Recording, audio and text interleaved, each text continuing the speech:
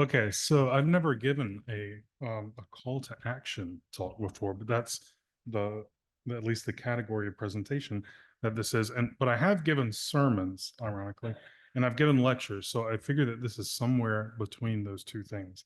Um, what I want to talk about is the question of what is the future of the study of UAP if it becomes a formalized discipline, as I think a lot of us hope that it eventually will.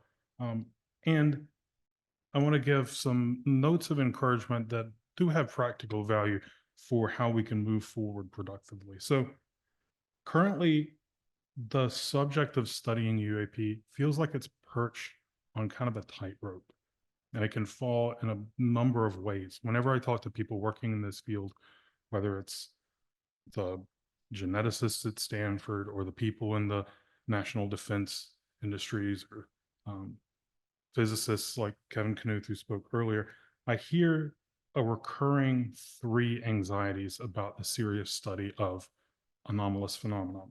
And I want to give a brief overview of those because I think they're familiar enough to most people who care about this that they're worth outlining. The first anxiety is that the serious study of UAP might just be buried under uh, the giggle factor.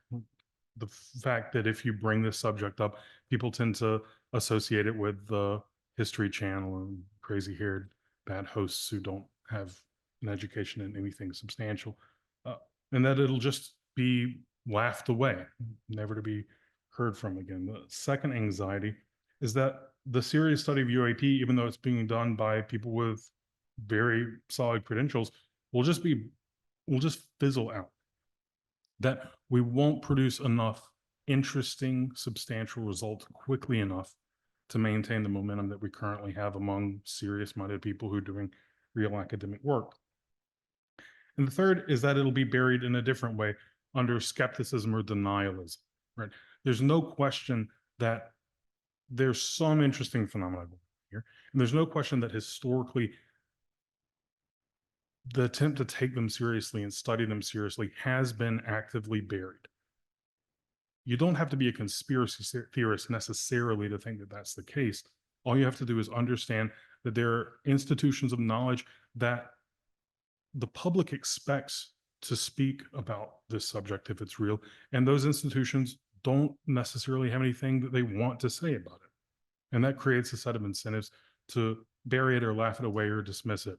An example is whenever you hear like a Arrow or NASA say that we've looked at the evidence and we've looked at the UAP evidence and there's no evidence that it's extraterrestrials, right?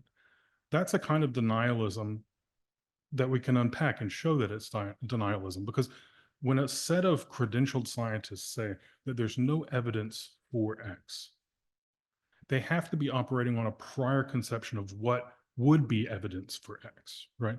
So when a group at NASA who's mandated to look into this subject says, well, we've looked and we've found that there's no evidence that they're extraterrestrial. First of all, that's never the question that's being asked. Nobody has mandated any group of scientists to answer the question of whether these things are extraterrestrial. And secondly, to say, well, we've looked and we've found no evidence that it's extraterrestrial, presumes that there was a definition in the first place or a standard of what counts as extraterrestrial. There's no such standard operative in science. So how can we interpret that statement as anything other than an attempt to avoid saying anything really substantial? The history of the subject has been laughed away. It has fizzled before, and it's failed before. It was taken very seriously in the late 1940s for a very brief moment. So it's not unreasonable to worry that history might repeat itself. I don't think that we need to worry about those three particular anxieties, though, or we don't need to worry primarily about them. And I'll give just one reason. That's that UAP and the concept of non-human intelligence have a different reality than they did before. They have a substantial legislative reality that didn't exist before. There's now pieces of legislation that have been passed that refer to non-human intelligences and unidentified anomalous phenomena or unidentified aerospace phenomena. That matters because once something makes it into a piece of legislation, it has a legal significance. It is now a legally real object of concern. And that triggers certain incentives and responsibilities on the parts of institutions that can then be appealed to by the people who want to take this seriously. Right? It used to be the case that you didn't have any handle to pull to make a government organization care about the subject. You could just be laughed away or dismissed. It's not the case anymore. It's now part of the National Disclosure Authorization Act. It's now part of the 2024 national budget makes reference to these things. That's one reason I think that we don't have to just worry that it's going to be laughed away or buried under giggles. So having casually dismissed those, I want to offer a fourth worry that I don't hear people voicing very often, but that I think is much more serious. And I want to motivate that, which is not the best sermon, but I want to motivate you to worry a little bit about this the way I do. And then I want to give maybe some hope or at least practical advice on how to avert this worry. The worry that I keep coming back to has to do with a philosophical consideration of the UAP that I like to play around with in my head. And that has to do with defining our object of study. What is a UAP? Well, think about the history of the term. The earliest conception that vaguely maps to a UAP is the concept of a flying saucer that emerged in 1947. Concept of flying saucer gets used for a while, but pretty quickly gets evolved or, forced into the term UFO, unidentified flying object. And then several years later, in the earliest in the 60s and then in the 2000s, it becomes UAP, unidentified aerospace phenomena. Was that the first one? Then UAP morphs its meaning to unidentified aerospace and underwater phenomena. Is that it? And then now we've sort of vaguified it to unidentified anomalous phenomena. Notice that every single time we change the term evolves, it becomes less specific, which is not the normal trajectory for scientific concepts, right? We tend to clarify them more over time. But strangely, the UAP concept has gotten vaguer and vaguer. I mean, a UFO or a flying saucer, at least, is a very definite thing. It has a shape, it has a mode of action. The UAP doesn't. It's just an unidentified anomalous phenomena. What is an anomaly? We know what unidentified phenomena are. What is an anomaly? Well, an anomaly has a pretty technical definition, at least in the philosophy of science. It's a phenomenon that refuses to fit or be accommodated by our theories or our methods of science, right? An anomaly is something that just has no place in our scientific frameworks, our understanding of reality, our worldview. Well, this puts the UAP subject in kind of a funky place.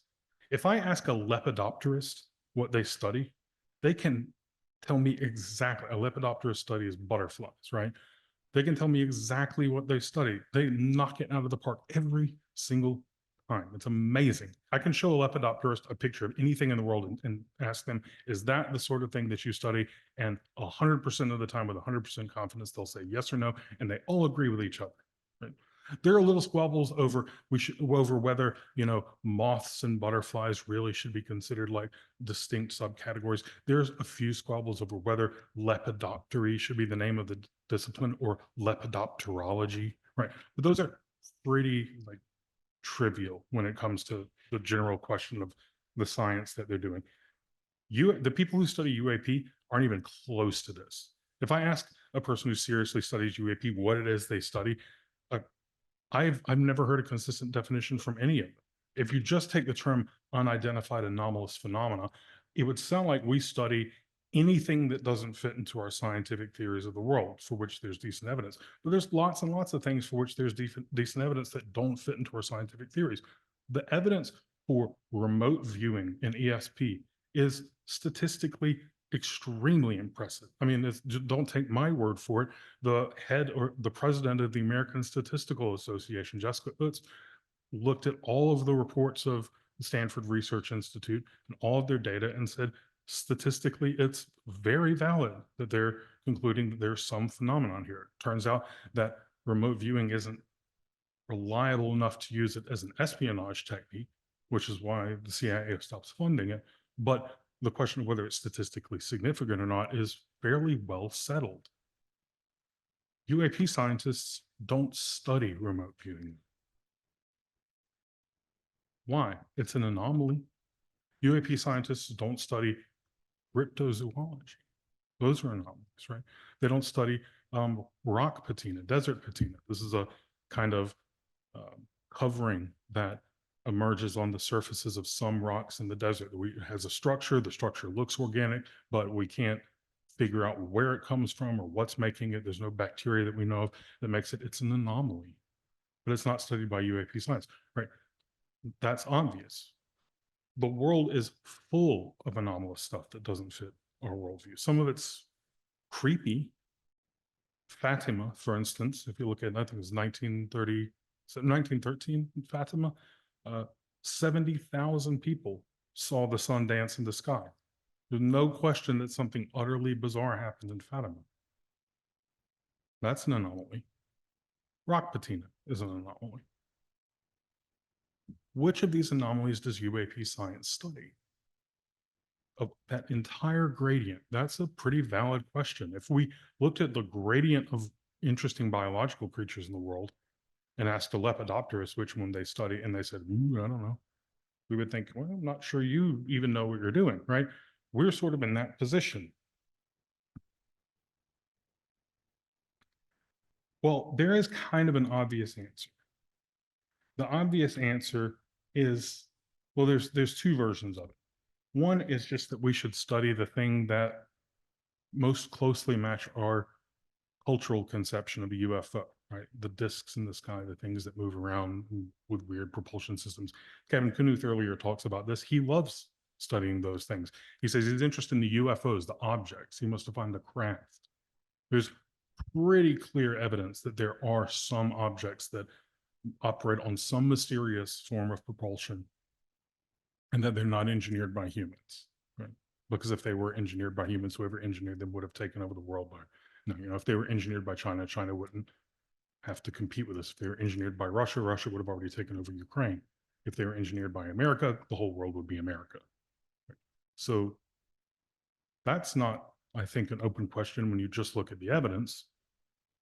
So then should we just study the things that look like craft? Well, no, because a lot of things that we classically consider UAP, like the very first ones that come to mind, Foo Fighters, don't seem like craft. They're just luminous points that interacted with planes in World War II. They didn't seem necessarily like physical objects. What do those things have in common? The fact that they fly? It's really, really hard to nail down. And it's not the best scientific method to say, well, we're going to look to our sci-fi and study whatever seems mostly aligned with that. So that way of defining UAP science or UAP studies doesn't really work. There's a more sophisticated scientific answer, though, and that is this: that maybe we should just study the things, of the gradient of anomalies. Maybe we should just study the things that our tools and theories of science allow us to do good empirical science about, right? If there's evidence of shapeshifters or werewolves, it's not exactly clear how to go about studying that scientifically. But if there are objects flying around in our airspace and we know how to ping them with radar or LiDAR, or we know how to build camera arrays that will make good observations about them, that's something that we know how to study empirically. So how, hello. So how would that work? And could there be any downside to it? Surprisingly, maybe, I don't think that's the right answer. I think that answer is a trap. And this is the worry that I want to introduce. I think UAP studies is about to make a really bad mistake. And I think it's almost inevitable that we will make this mistake.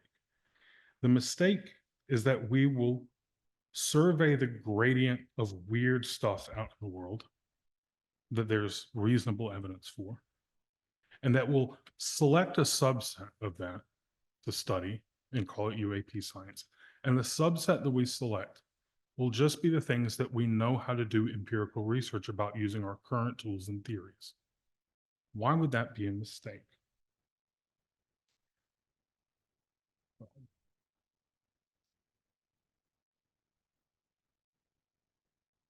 Think about the nature of anomalies to understand the mistake. An anomaly is something that doesn't fit, as we said before, doesn't fit our scientific frameworks and tools and theories. Right? It seems like an impossibility. That's really what an anomaly is. It's a result that reality gives you that seems impossible. It's a way of reality telling you that it doesn't agree with your scientific theories. And something is wrong with your science. The danger, then, is that in selecting a certain subset, what we'll do is we'll look at that gradient of weird stuff that we don't know how to explain, and there's probably an enormous amount of that. And we'll select the stuff that best fits the science that we're already doing. But the nature of anomalies in the first place is reality's indication that your science is off course. So by selecting the subset of anomalies that's most amenable to your scientific theories and tools, you're really reinforcing the very foundation of the problem. The fact that reality in some way doesn't agree with your science. And the mistake I think we're going to make is that we will just select that set of anomalies that look most to us like exotic propulsion crafts. And the reason we'll do it is totally arbitrary historical reason. The fact that we know how to make crafts that have propulsion systems on. And so we'll say, well, this already exists. We already know how to make jets. So there's probably something else that exists that works even better.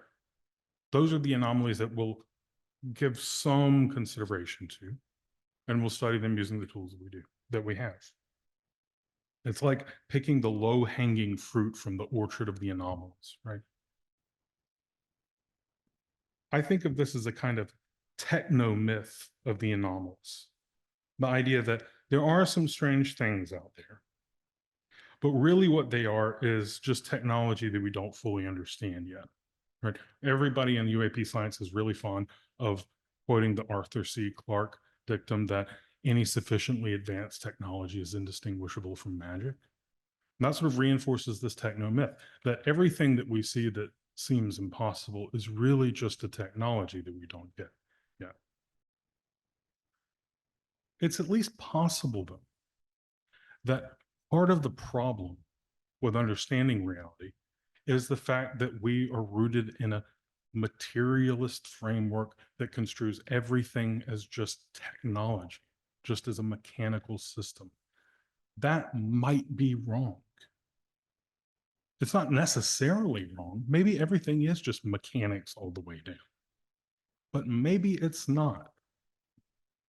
This is a problem that's sort of running out the clock on brain science or consciousness science right now. Like, we have been trying to figure out what consciousness is for a few hundred years, and we have made zero progress on it, like literally zero progress. If anybody tells you that scientists are pretty close to understanding consciousness, they don't have a clue.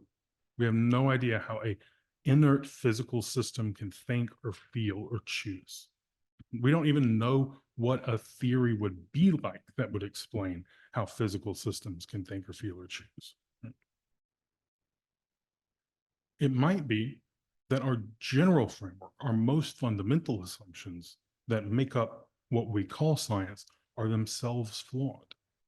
And if that's the case, picking only the anomalies that are amenable to our science is only reinforcing that very same mistake that we started with.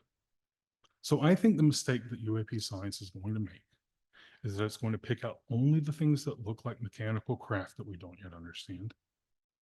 They'll give some credence to that. Maybe we'll even make some progress on designing our own exotic propulsion technologies, or maybe we'll down one and figure out how it sort of works. But what the result will be is that we will have extended a paradigm that may have some fundamental problems with it, and we will have reinforced our way of excluding all the other anomalous stuff in the world. People who report precognitive experiences will be called crazy a little bit more because we will have figured out propulsion technology, because we will have knocked out a tiny, tiny subset of anomalies. We'll make a little bit of progress on those, and it'll reinforce this sort of techno myth that all the other weird stuff in the world is just crazy people lying, hoaxing, making things up. But it seems to me that the evidence for precognition is fairly strong. It's at least as strong as the evidence for certain kinds of UAP. The evidence for certain kinds of cryptids is extremely strong. We didn't know gorillas existed until like 1850. It was just considered a lie by crazy savages who didn't, know how to speak English good or whatever. It's this progress. It's that sort of facile, nascent scientific progress that gave us the overconfidence to say that the people in the heart of Central Africa were just crazy or dumb and didn't know that they're, weren't really these ape men. How do we fix this problem then? How do we avoid just grabbing the low-hanging fruit?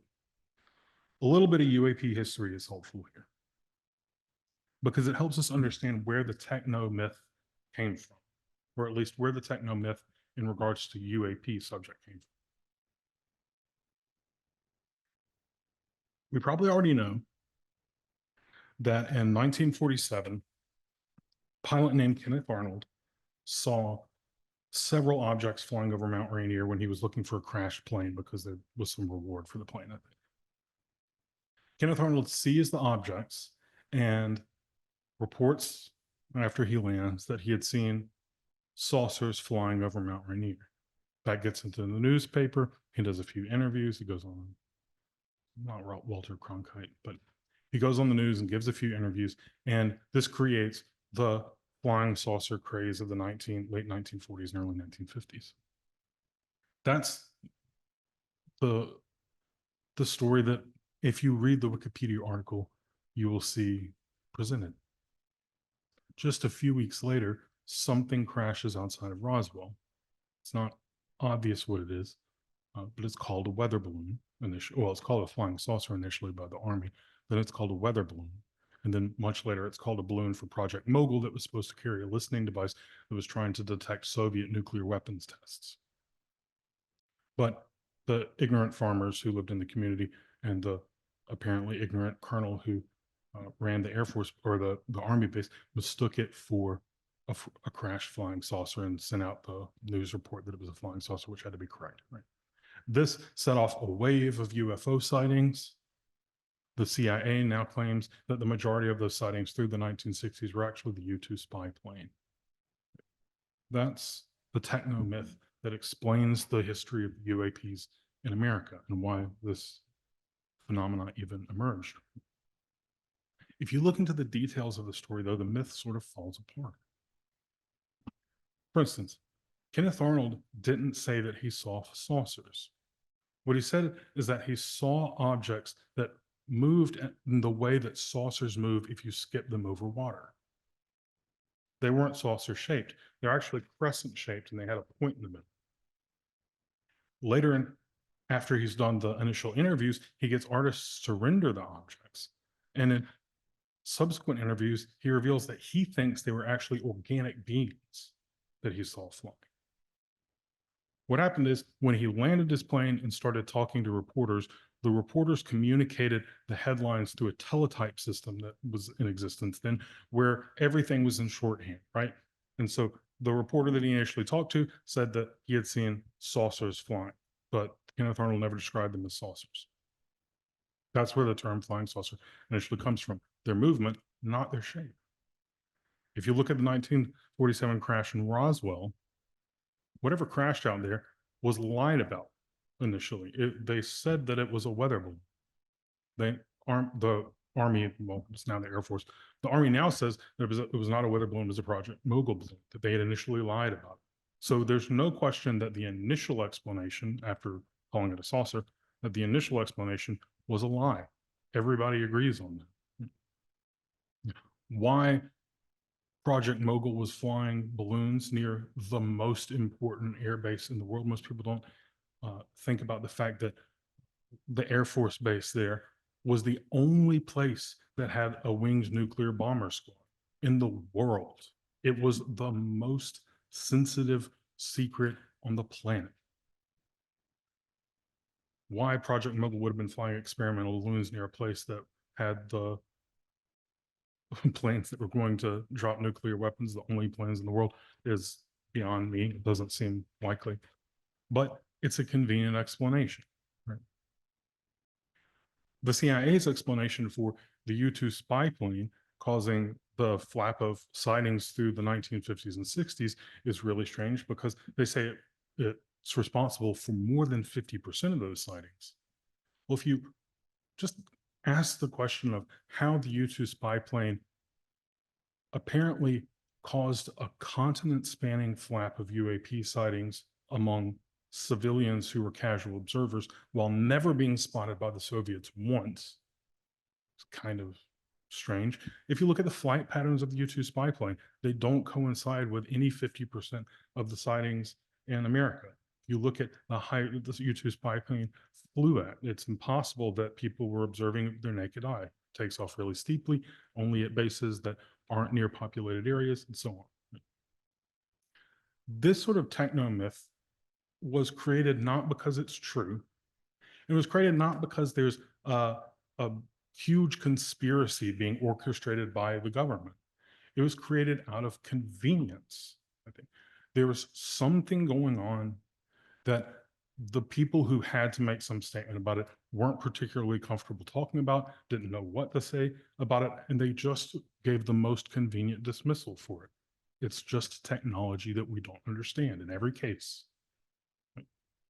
What Kenneth Arnold saw must have been experimental planes. What crashed at Roswell must have been a top secret balloon project. What people saw across the 1950s must have been the spy plane. This is just a myth of convenience. It must be technology. Why is that myth so convenient? It's because our worldview is built currently around a kind of scientific materialism that does see everything as fundamentally mechanical. The world is just atoms in the void clicking with one another according to deterministic laws of physics that you can parse out really easily. I think that's why this myth emerged. And I think that's also why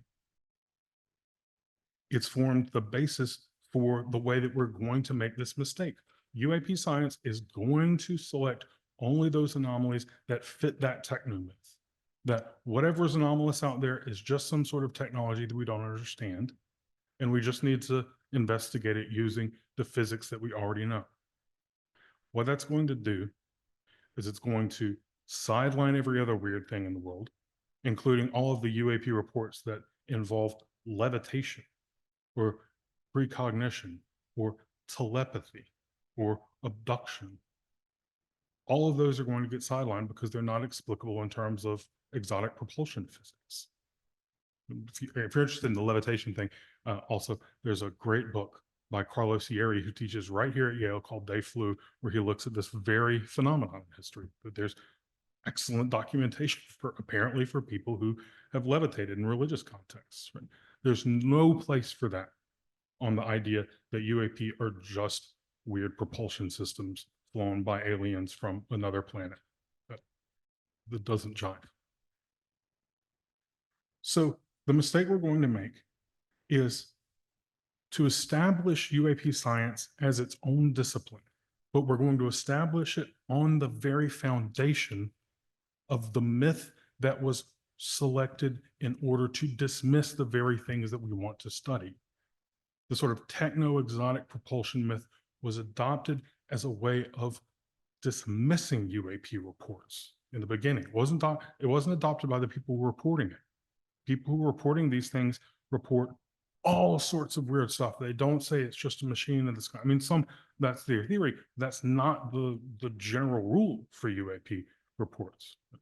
The way that these things got branded in those terms was not from experiencers itself, but from people who had to make authoritative proclamations about their nature that dismissed it. And they adopted that framework in order to tamp down the concern that there was anything genuinely anomalous going on. We're going to take that very line of dismissal and we're about to make it the foundation of maybe a whole discipline devoted to understanding the anomalous. And that's a huge mistake. How do we avoid making this mistake? Well, the answer isn't to just do science better, because what I'm articulating is that there might be something fundamentally wrong with the way that we assume science ought to be done. If we do encounter extraterrestrials, one of the biggest surprises that we're in for is that they're not going to have anything that's analogous to science to us. The divisions between science and religion and music and psychology and theology and technology and sociology are not going to exist for an extraterrestrial race the way that exists for humans. Those divisions haven't existed consistently for 100 years or more. I mean, they're all very new distinctions in the way we chop up disciplines. Those distinctions aren't going to exist for extraterrestrials, and that's going to be a big shock if it ever happens for the scientists. What do you mean you do science? Well, we kind of, what's like science to an extraterrestrial might be like a cross between theology and computer programming to us. So the answer isn't to just do the same old thing, but do it better. And the answer is to adopt a different stance towards the world, one that doesn't require abandoning science, but one that goes beyond a merely scientific stance to the world. What I want to advocate is a kind of radical openness to the impossible. Also, I just saw a mouse run across the floor in the back of the room. Or did I? Or maybe a rat. I don't know. It's a beautiful old building, but I had to comment. What I want to advocate is a kind of radical openness to the impossible. This stance toward the world is what we've used before to overcome this very problem of impossible things manifesting. The history of science is the history of people encountering things that they thought were absolutely impossible. Right? Let me give you an example. For a pretty long time after the Enlightenment, we had conceptions of human sensory experience like color, sound, taste, and smell. Our concepts of those things made them totally mutually exclusive, right? Our concept of a color and our concept of a sound are so distinct that it's impossible, it was considered impossible for sounds to have color, for a person to hear a smell or to see music or anything.